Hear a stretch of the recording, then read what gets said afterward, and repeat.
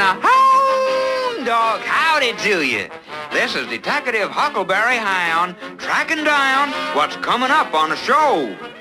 Believe it or not, this year is the 65th anniversary of Hanna-Barbera's first superstar, Huckleberry Hound, who made his debut on this day back in 1958. You probably know Tom and Jerry, the Flintstones, the Jetsons, Scooby-Doo, Johnny Quest, or Yogi Bear.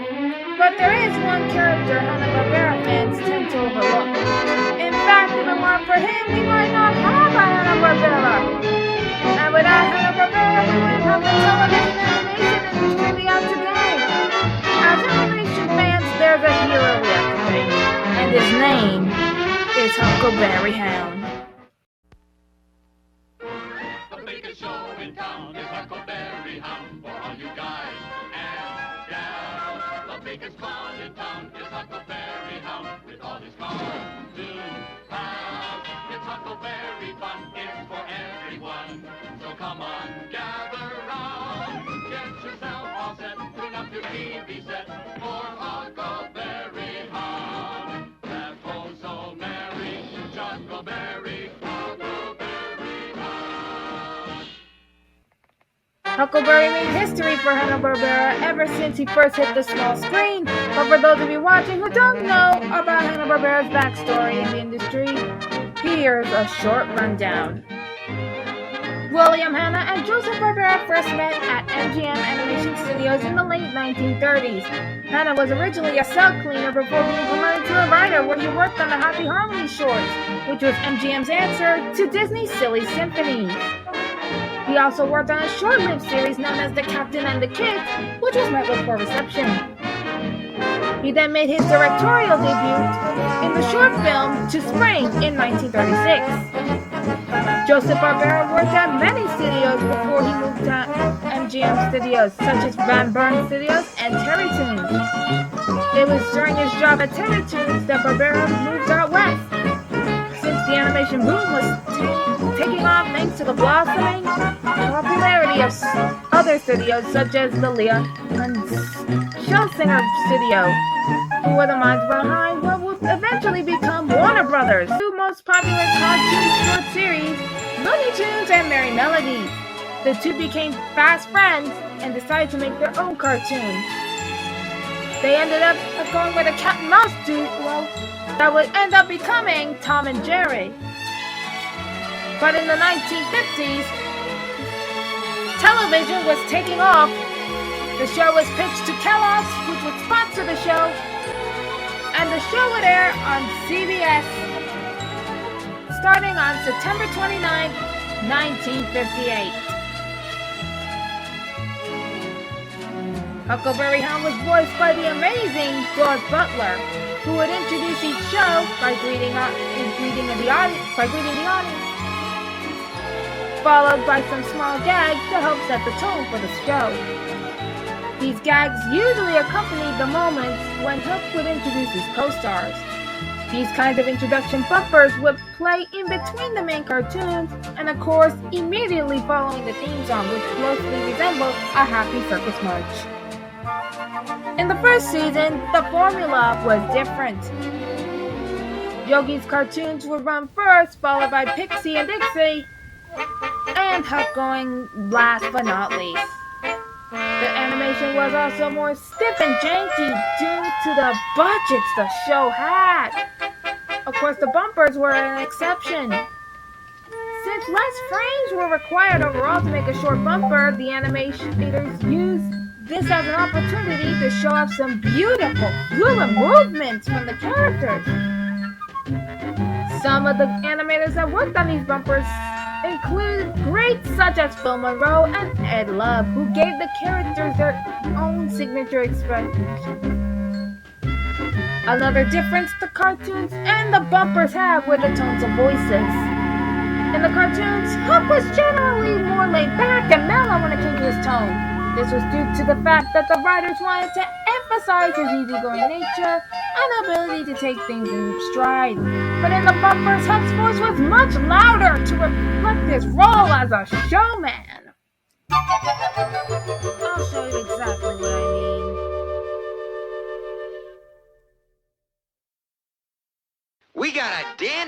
cartoon coming up, but first, I'm aiming to do a high dive from way up here into that little old tank way down there. And now, we're gonna see our pals. Pixie and Dixie, Yogi Bear, and a hound named Huckleberry. Watch Ski Master Huck try his luck. Exhilarating, ain't it? Whoops! Oh, well, might as well just relax and enjoy the next cartoon. You heard what the feller said, Wee Willie. Now, don't force me to use force. I only drawed my pistol to scare him. No monkey business, Willie. Next thing you know, he'll be telling me when the steak's done. See what I mean? To be honest, in my opinion, I actually like his voice in the bumpers. He sounds more energetic and jolly. Of course, there's nothing wrong with his voice in the actual cartoons either. In later seasons, Butler lightened up and softened Huck's voice a little bit, probably to make him sound a little more cheerful and playful.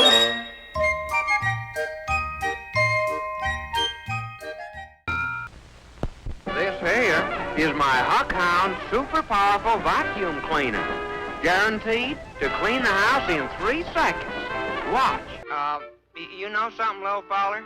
That's one of my all-time favorite gags. Come on now. Give me the NACL-2504-HB-52-52-42. Nice doggy. Ha, got it. That leads us to his personality.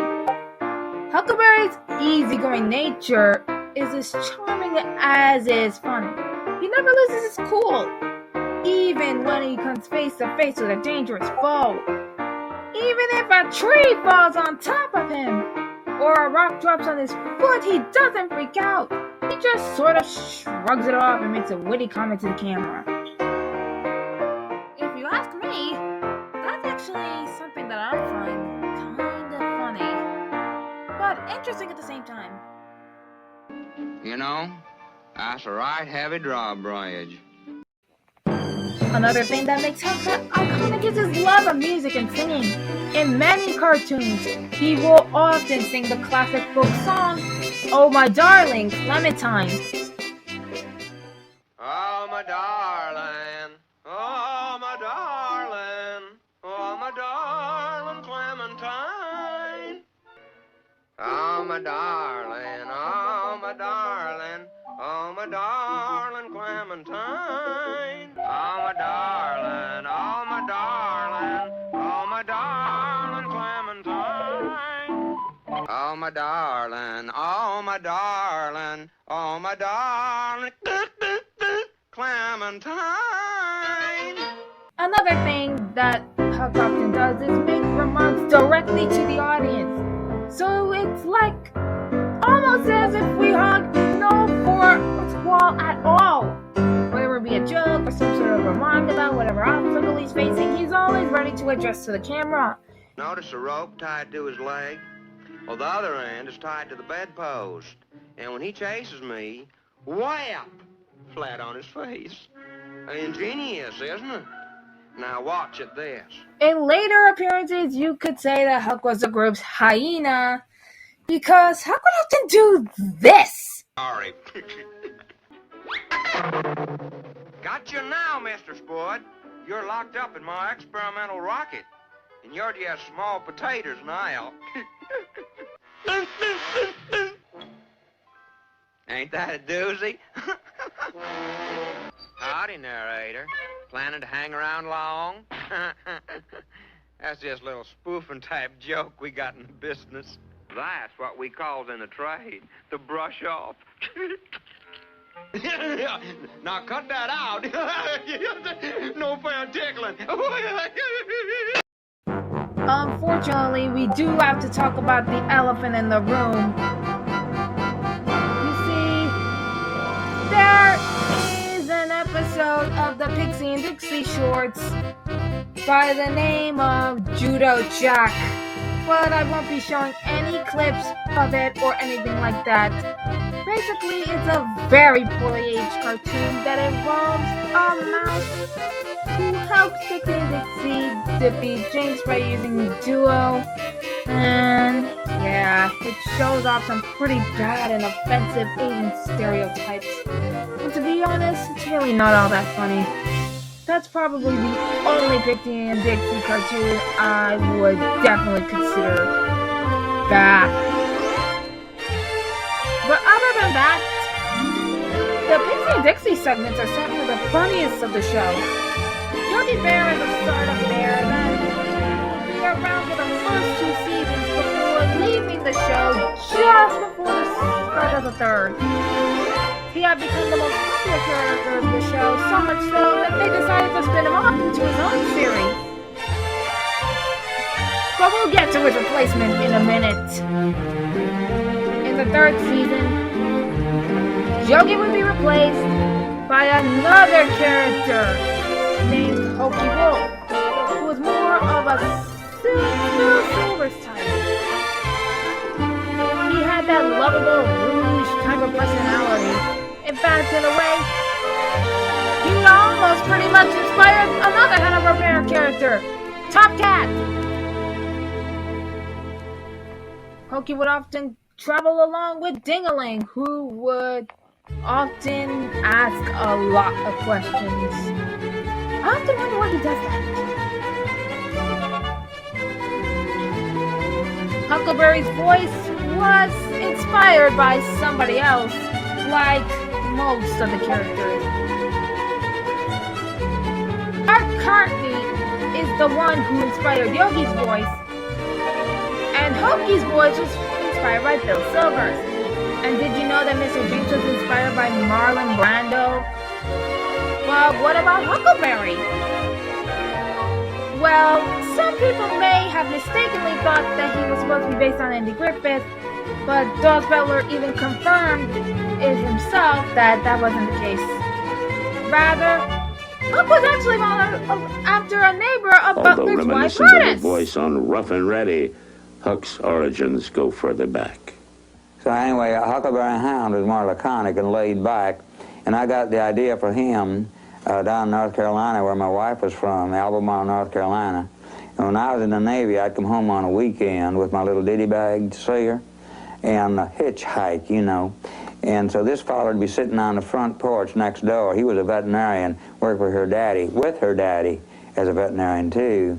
And he'd see me come in, you know, panting just to see Murtis. And he'd say, "Hi, Dawes, come on in and set yourself down. What's going on?" He probably hadn't seen me for 3 weeks, you know, or a month. I said, "Oh, you know, about the same," and go for the day. He said, "Come on up, sit down, we'll talk a little bit." I said, "Well, maybe a half an hour or so, an hour, you know. Anytime, come on back, I want to talk to you." So anyway, it kind of stuck in my head, and I was in the Navy then, but I put him in a little separate box. I didn't even realize I was doing it. And then when Huckleberry Hound came up, there he was, you know. Now there's a familiar face. He's the star of the hilarious cartoon show you're gonna see. And real good looking, too. The show ran until 1962. However, that wasn't the last we would see of Huck. It wasn't until 1972, just 10 years later, that Huck would appear in Yogi's Ark Lark, which aired as a part of an ABC Movie of the Week and would serve as a pilot to the 1973 series Yogi's Gang, where Huck was featured as a major character.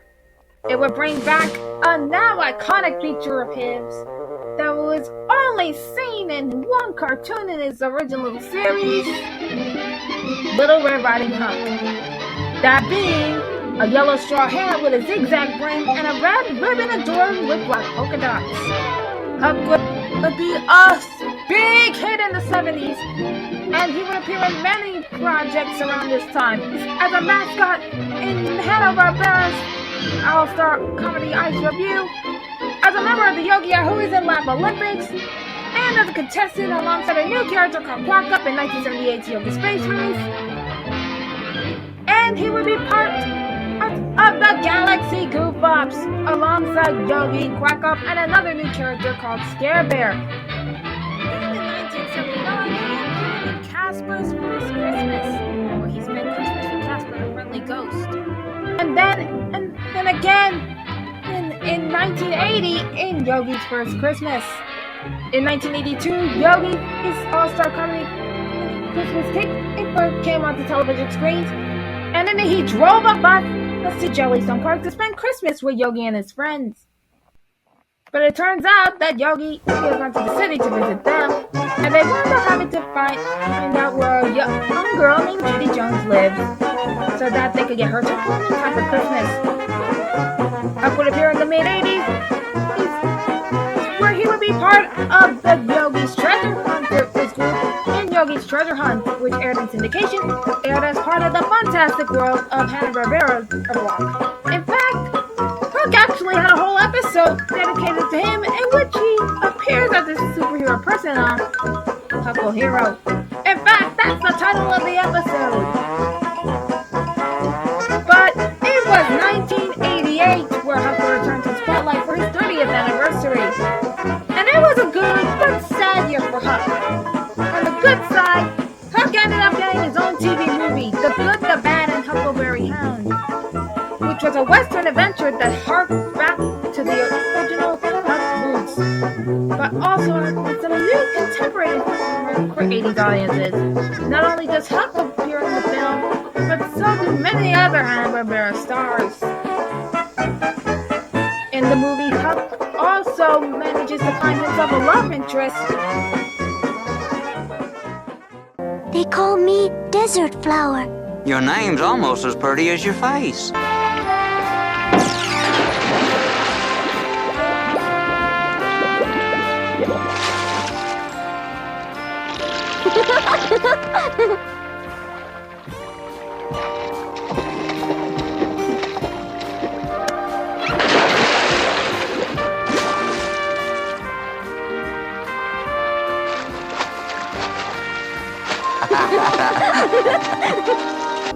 Desert Flower, there's something heavy on my mind. What is it, mysterious blue hombre with amnesia? Well, it's kind of hard to put into words. But maybe this here song will explain how I feel. Now, remember how I said this was the good side of Huck in 1988? Of the silver Well, sadly, this is where we get to the sad side. This will be the last time Dog Butler voiced Huck and many of his other characters, because just days after the movie aired on TV, he passed away of a heart attack.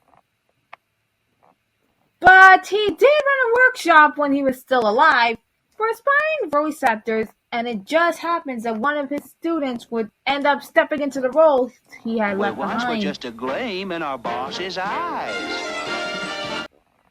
Come to think of it, I actually like Burson's voice. It's been swell. Huck entered the 90s in style as he appeared in the Wake, Rattle, and Roll segment, Bender 500. In these short cartoons, Huck was paired up with Snagglepuss, where he was seen driving the half-dog, half-cat, half-truck, a military-style truck with a large stage mounted on the back. This was a pretty clever design for the vehicle, as it reflects a passion that he and Snagglepuss both carry. A passion for showbiz. In fact, in one episode, he whipped out a cane and started dancing in the winner's circle. This series has beautiful animation. It almost has a Disney-esque side to it. I can't find any official stories on what studio actually did the animation. But if I had to take a guess, it looks like it might be Phil Cartoons, which was a studio in the Philippines where Hanna-Barbera owned and outsourced a lot of their animation to it in the 90s. You can kind of tell if it's them due to all the detail and fluidity that's put into it. Either way, it's gorgeous looking animation.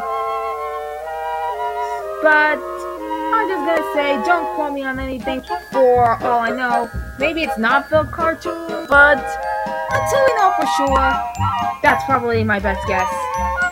But I can't say the same for Yogi in 1991, which was Hanna-Barbera's attempt to cash in on the whole trend of aging down the characters, which is something that Muppet Babies started. But it wasn't until 2021 where we finally get a new cartoon series with Huck in the major role, Jellystone.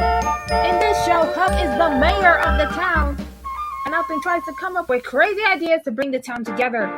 He's shown to be just as laid back and mellow as his classic self, but sometimes tends to snark. Well now, it's come to my attention that one of these newfangled computers is causing some inconveniences around our fair town. I'm sorry. Don't send me to jail. We'll see. Now, citizens, I can tell that you're upset. For those of you who are wondering who voices Huck in this, you may be surprised to find out that he's voiced by Jim Conroy, who also plays Rough Ruffman in the PBS series Friends with Rough Ruffman. I gotta say, as modern voices go, he does an excellent job. And I really wouldn't mind that even if after Joe Flintstone ends, if it does, which it probably won't anytime soon, if he became the new voice of Huck. Huck has made history, but not only Hanna-Barbera, but in animation in general as well, as he was the first superstar of Hanna-Barbera. And in 1960, his show had the honor of being the very first series to win an Emmy Award. This was pretty much history for cartoons. If you've been following me for a very long time, you probably know that Huck is my favorite cartoon overall. And I give this character a 10 out of 10. He's perfect! Therefore, I just want to say, happy 65 years, Huckleberry.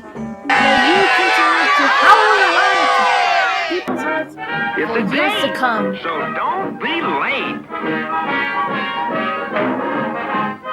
Because we'll be back right soon with more cartoons.